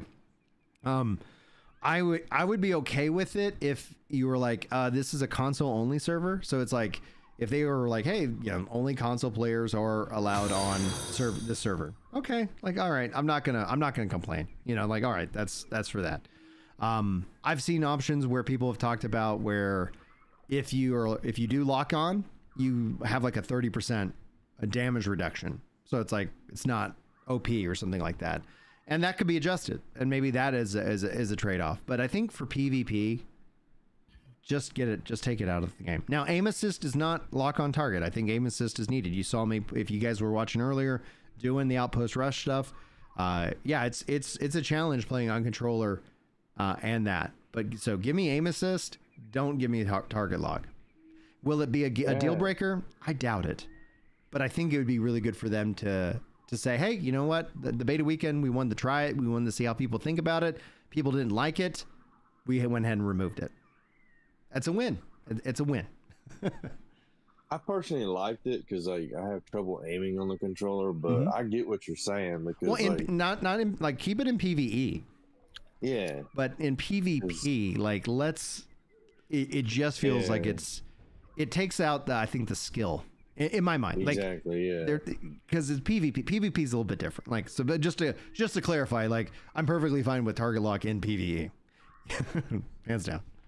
I did try it in PvP. I feel like I'm better without it. I don't because it kept locking onto the wrong stuff. So like, yeah, the wrong you gotta tab via the left and right stick to kind of to switch that out if you're getting messed up targets. Yeah, I think that plays into accessibility. So for PvP, say if someone struggles with some sort of accessibility, and maybe the controller piece with the lock on is there to partially address that. What are your thoughts kind of in that direction? I think or do you think it should just be removed, like, period? Like, no, gotta go. Well, that's what I'm saying. Like, if you were gonna say, like, we're gonna have this server that's gonna have this special rule set, like, I could get behind it. But obviously, Outpost Rush is cross-server matched, and so it's like you will be matched in. And so, I just think from a PvP perspective that you have aim, you add it, keep the aim assist, for controller players, but locking on that locking on that other player. There's got to be a trade-off, right? Like, so if they're going to keep it, make it less efficient. And it sucks, like, I'm sorry, but it's like, I think it's worse for having it in PvP. In PvE and everything else, you keep the aim assist the same, you keep the target lock. In PvP, it doesn't let you lock on target. Or maybe if they do it lets the player know that they are locked on target, they do a dodge roll, and then you can lose that target lock or something like that. Because it's just, I think it's a little bit overpowered, honestly. And so that what you end up seeing is everybody just using it, and it ends up making, I think, less movement because there's no reason to move, because no matter what you do, like the computer is literally just like, all right, I know where they're moving because I'm the computer, So that's just my view. That's just my view on it. You can literally dance around the people with that lock on with a blunderbuss, and they can't do anything about it. Right. And so there's definitely and then essentially what that would do is it would drive then the meta, so that if you're not doing that, and so then it's like, and then it ends up, I think, being a boring experience, and nobody wants to do PvP. Well, and that's the thing. And it's like, weapon, I'm for accessibility options, especially because like I can walk, I can talk, I don't have anything that's preventing me from playing a game. Not everybody is that lucky. Not everybody's that fortunate. And it's in that respect that I'm like, yeah, accessibility. But there is a degree, right? Because I don't want you to go in and make Elden Ring, easy. I think that there can be products for different people, and it's not about trying to make something for everybody, because if everybody knows, if you try to make something for everybody, you make something for nobody. Like, they won't show up for it anyway. They're like, oh, I wasn't going to buy your game in the first place. Like, well, why did I even listen to your feedback? Why? I think people would take abuse of the accessibility that don't need it too. Oh, of course. Yeah. Of course. I mean, I'm not saying I need it, but like, I mean, it helps me a little bit just because, like I said, I've slowed down with the older I get. Dude. But I don't think that's an excuse. I've been doing physical therapy because like I hurt my back this summer. I was working out and I strained my back. It's just been a little bit of an annoyance, but then like I slept on it wrong or something and it just like re-aggravated it. I went to the doctor, got some what's the word? Muscle relaxers just to help, you know, like alleviate, and that did. But my wife's like, why don't you go check out, you know, like this physical therapist. So I've been doing physical therapy. I got one last session, and they do this thing called dry needling, and it sucks, guys, because it's like they stick a needle in your muscles. But it pretty much instantly makes that muscle relax and all of a sudden loosen up, and then it's like, oh baby. So like it's like half like acupuncture. Yeah, it is exactly like acupuncture. It is like a half second of just like, this sucks, and then it's like, oh, thank you for this, sir. Please continue. And so like now, like I was like, I tell you, like I felt like I was having like just crazy brain fog. I was like, all, you know, I was like, why am I like, oh, what's going on? I'm not thinking as slow, I'm not moving as good, and it's like I just wasn't sleeping really good because I was having this issue with the back, and then yeah, now I'm like, this week has been really great because it's like finally like it's not bothering me at all.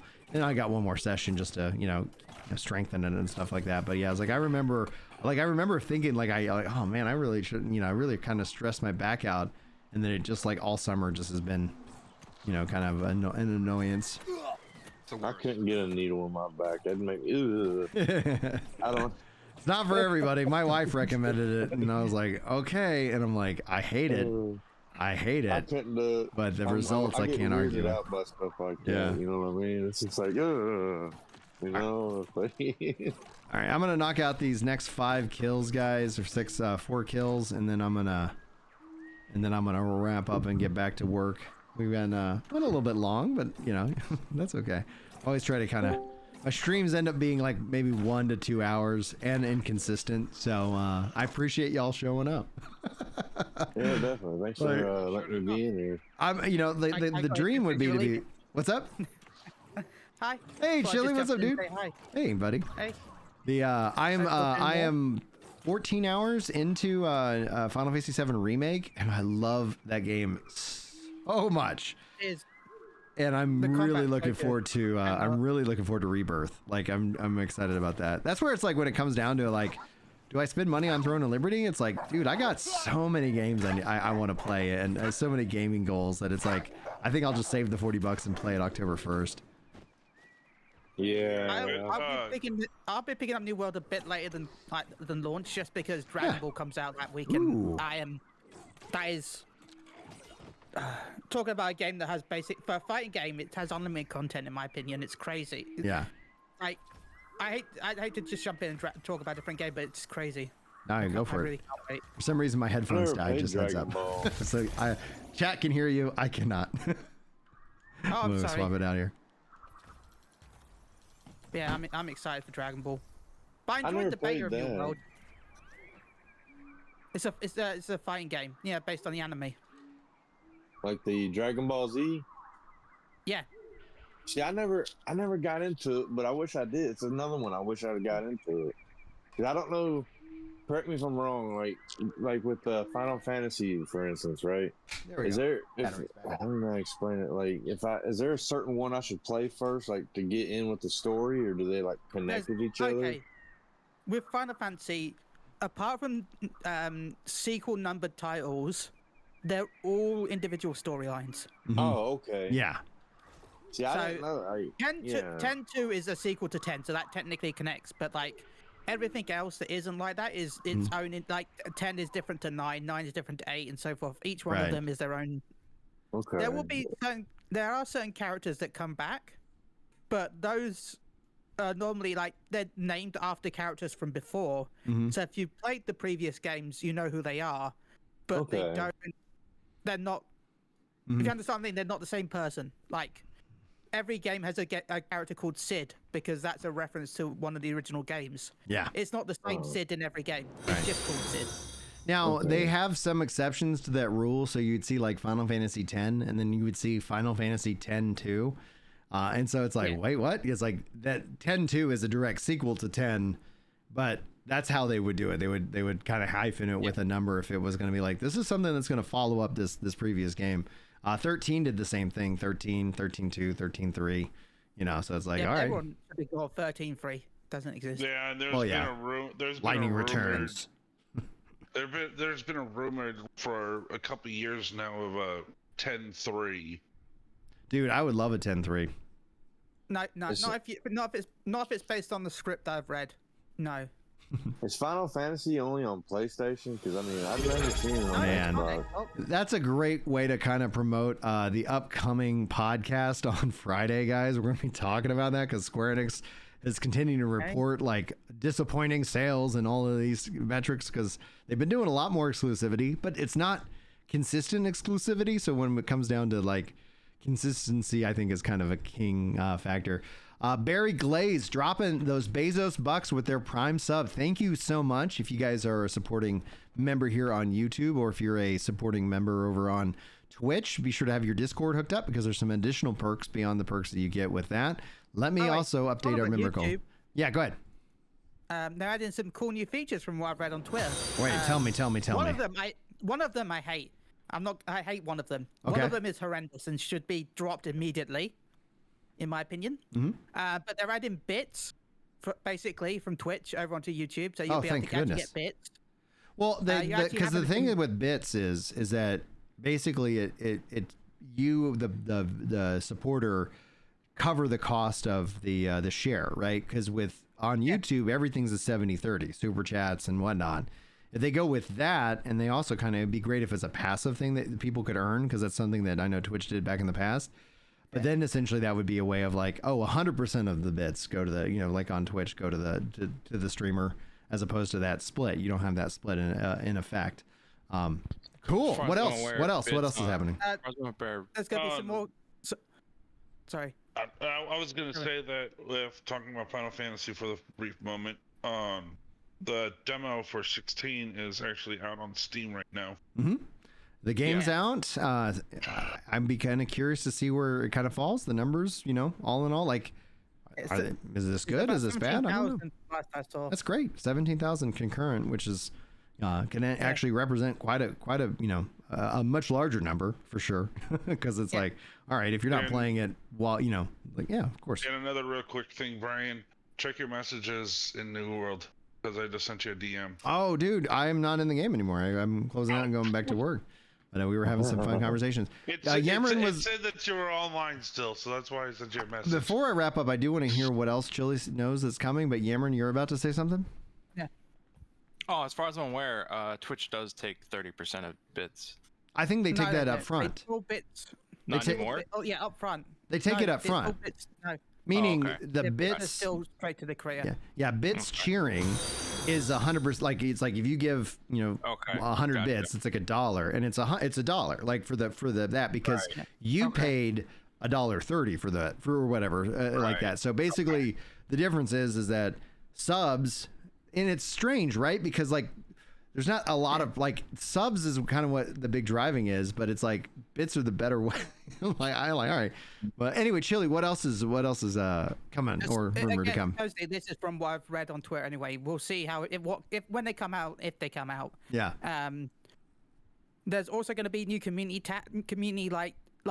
basically you'll be able to have like your own community chat sort of thing. Like there'll be like a place where people can chat outside of your streams on your YouTube channel. Oh wow! So like kind of like, hey, this is gonna be where my stream is, like it is on Twitch. Yeah, there's gonna be a more community hub. Oh, that's gonna be better. And a new hype feature.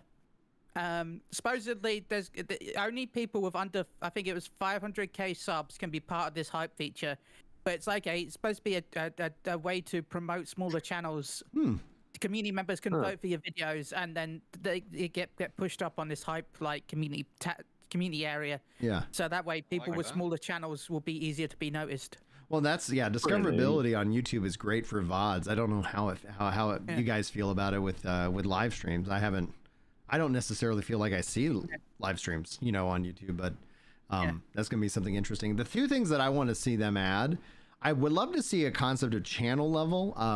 The Mixer had this, right? Like the more you just interact and watch, like you're just leveling up, And the reason why I think that's interesting is that occasionally I'll see a comment and it's very negative or what, disturbing maybe, but I'm like, have I ever engaged with this person before? Like, or is this just somebody just like rolling in and rolling out, right? A channel level would communicate so much to me as somebody. It's like, yeah, dude, like, yeah, because somebody's like, I've watched all your videos, you're the, and now you're a piece of garbage. Like, okay, like, has he watched all my videos? like, is this a true statement? And because like, imagine if like I did like truly upset somebody. It's like, okay, we can have an adult conversation about that. Like, I'm not trying to be offensive. I understand that I am offensive, but I'm not actively trying to ruin your day. But it's like, so occasionally that will happen. It's like, oh yeah, like this guy literally, I can see he's like a level 99, whatever. Like, oh yeah, he does consume my content. Okay, like let me see, as opposed to like, is this just a troll who's just popping in and popping out like with the wind? Yeah, so I'd love to see channel levels because it's not monetarily driven. I do not want a system that the only way that you get attention is by spending money on a content creator. Like, make it that the system that is good and healthy. The second thing I want to see YouTube do is give me the ability to individually gift a member to a specific person. Right now, membership gifting. So when, for those of you who don't know, every 25 members that, or activities, whether it's Twitch or YouTube, I gift out 5 to the community. And that's cool. I like it. I like, getting as many green name tags and symbols as possible. But if I could sit here, because like I know there are people who are regular viewers and they don't get those gifteds, and it would be really kind of cool to be like, yeah, man, you keep showing up all the time. Bop, right click. You could do that on Twitch. Those are the 2 things I want. What were you gonna say, Chili? Another couple of things that I'm checking this guy, because this guy was at I don't know what exactly it was, but it was like a YouTube event. Oh, fun. Yeah. Another feature is auto dubbing is coming to creators. More creators. Yeah. So I already have auto dubbing. What is that? Yeah, it translates my videos into another language. So you can offend the whole globe then, is from what only Spanish and there's another language. I only have 2 languages that it will allow me to use. So, so only to my brothers from Mexico, baby. Hey, and Spain. Remember? Spain. Yeah. Maybe it's Portuguese as well. Maybe it's like I can get all of the South. To be fair, Spain Spanish is, from what I understand, somewhat different from like American Spanish. YouTube is going to be soon going, when you load into a video, press 1 for English, 2 for Spanish, 3 for FU. Now, the only thing that I think that's really bad, and I think I've even tweeted to respond as soon as I saw it, was that, oh god, that's bad. With a little swear word, but I'm not going to say the swear word here because of how this is not good at all, in my opinion. YouTube needs to scrap this. What is it? There's something called YouTube VEO, where you'll be able to write in stuff and it'll use the AI DeepMind of Google to create the video for you. Oh, that's coming. It's here already. Yeah, there's already software that's happening. There's no way around that. I know there's software for it, but like I don't like the idea of. I know YouTube is doing it because it makes them money and it's good business practice. But I would rather make it as difficult as possible for people to do, rather than baking in as a feature. But I guess they need to make their money. But like, it's frustrating to see. Yeah. Speaking of YouTube, something you said a while ago, I discovered your YouTube channel a couple of days ago, and welcome in, man. Yeah, man. I love seeing all these new faces. Now, if anybody's in the Discord, as soon like yesterday, we try to film the comedy podcast every Tuesday. We miss a couple, and that's just life. Yesterday's comedy podcast, I think, is one of the best ones yet, and I really hope that you guys check it out. So if you're part of the Discord, I'll ping the Discord. But note that like I segment my content in different channels, and it's always interesting. People are like, "How do you do this?" I'm like, I have no idea. It's just part of my personality. But yeah, if you guys are that, I'll ping y'all when that goes live. We call it kind of like, it's called Stand Up Press Start. This will be episode 10, and it's like we talk about everything. So if you're easily offended, I wouldn't tune in. But we also talk about games, and it's like, because it's like when there's nothing to really talk about, it's like, So we talked about the PS5 Pro price in this podcast, but we covered all the other stuff that's been going on. It's just been wild. All right, guys. I'm gonna wrap up. I'm gonna hit finish and send you guys on your way. Actually, let me edit this real quick because I was like, basically, I'll send the YouTuber side of things over into the upcoming podcast this Friday. So if you guys want to go mark that as, let you guys get notified and more. Thank you all so much for joining. Thank you for the 76 likes. By the time we're wrapping up, if you're watching this as a VOD, you made it all the way to the end. Sound off in the comments. Love to thank you personally for supporting the content and being a VOD Squad member. And thank you, I hired Dad Skills for the $5 super chat. I need to go figure out why my little labels aren't working, but at least I know I have a super chat, so I can get that rocking and rolling. So it's like, it should be there. I don't know what's going on, but I'll see if I can't troubleshoot all that good stuff. All right, guys. Hopefully I will talk to y'all soon, and we might try to do this again next Wednesday. Have a great